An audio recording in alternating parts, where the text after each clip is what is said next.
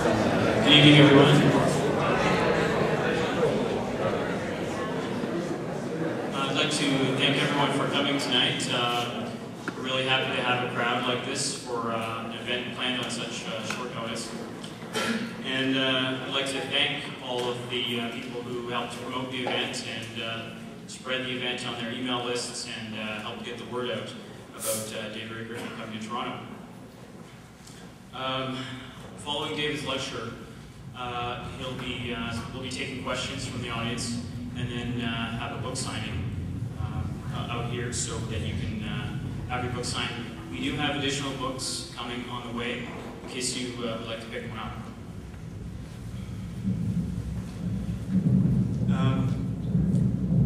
9/11's one of the most important political events of our time, and it's crucial that we are able to understand it in its full extent. It's had influence in policies from governments all over the world, including Canada's.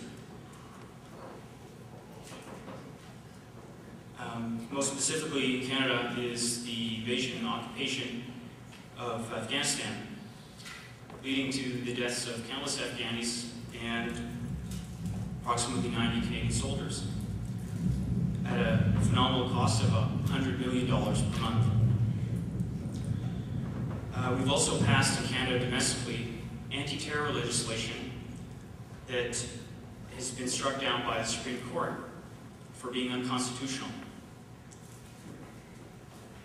The government has also allowed themselves to issue security certificates that allow people to be detained without trial, without charge, at a place called Guantanamo North in Kingston.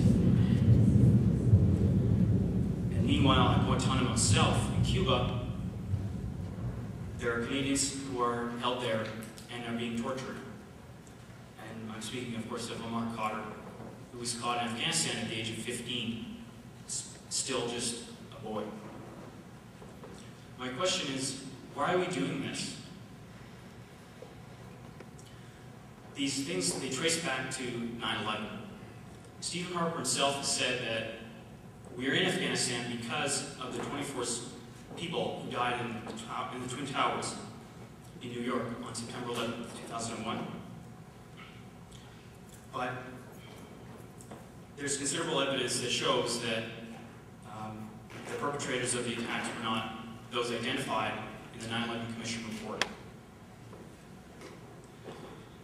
And the Conservative Party, of course, along with the other major political parties, refused to acknowledge this evidence. A letter from Stockwell Day, the Minister of Public Safety in Canada, has said that Canada has no interest in investigating 9/11 at all, and that they don't see any evidence that shows that the World Trade Center was destroyed by any means other than the ones that were found in the 9/11 Commission report. I will let tonight's speaker, in his own words, let you know that the Commission report was a 571-page lie in which it was difficult to find even one true sentence. Dr. David Ray Griffin is one of the most influential voices in the 9/11 Truth movement. He's an internationally recognized author and has spoken all over the world about 9/11. He's an emeritus professor at the Claremont School of Theology in California. His relaxed style and sound logic has allowed millions to come to terms with 9/11 and its disturbing implications. Tonight, David Ray Griffin will be speaking about the contents of his 7th book, The New Pearl Harbor Revisited, 9/11, the Cover-Up, and the Expose. So please join me in welcoming David Ray Griffin.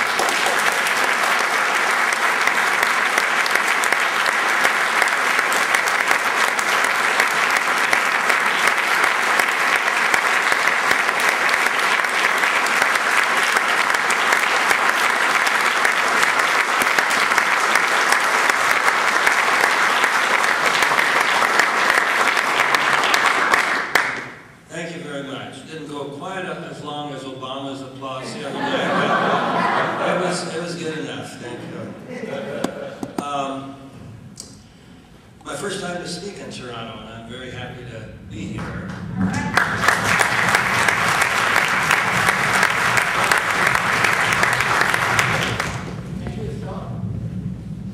The lecture tonight will be based on my forthcoming book, and it turns out it's coming out on September 11th. This was not planned. I wanted it out a couple by now, because I wanted people to have read it and be talking about it by September 11th.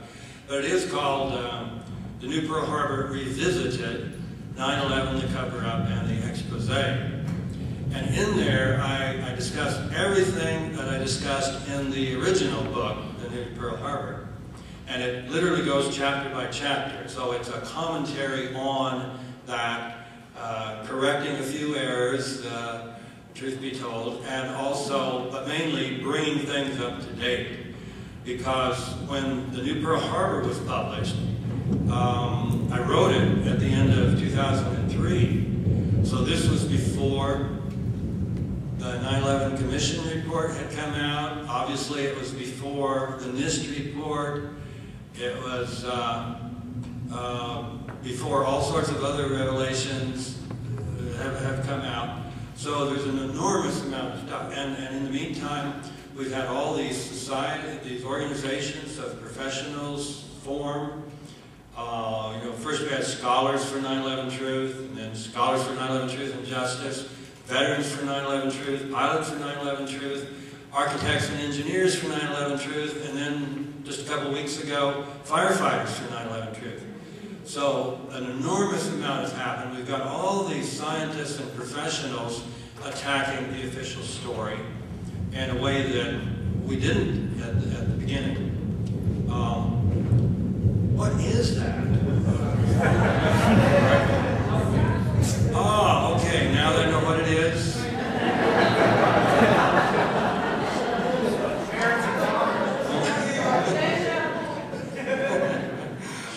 Okay.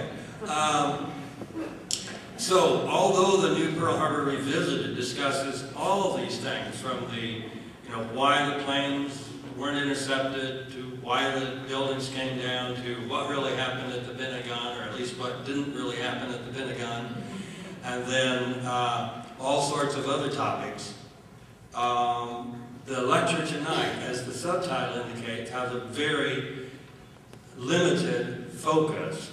That is, was America attacked by Muslims on 9/11? And really that sums up the whole issue when you think about it, because all those other things, they're relevant to this question. Were we attacked by Muslims on 9/11? And so everything about the Twin Towers and the Pentagon finally comes down to this question. So I won't be talking about the towers, except very briefly near the end, or the Pentagon, except very briefly, but we'll be zeroing in on this question of Muslim hijackers.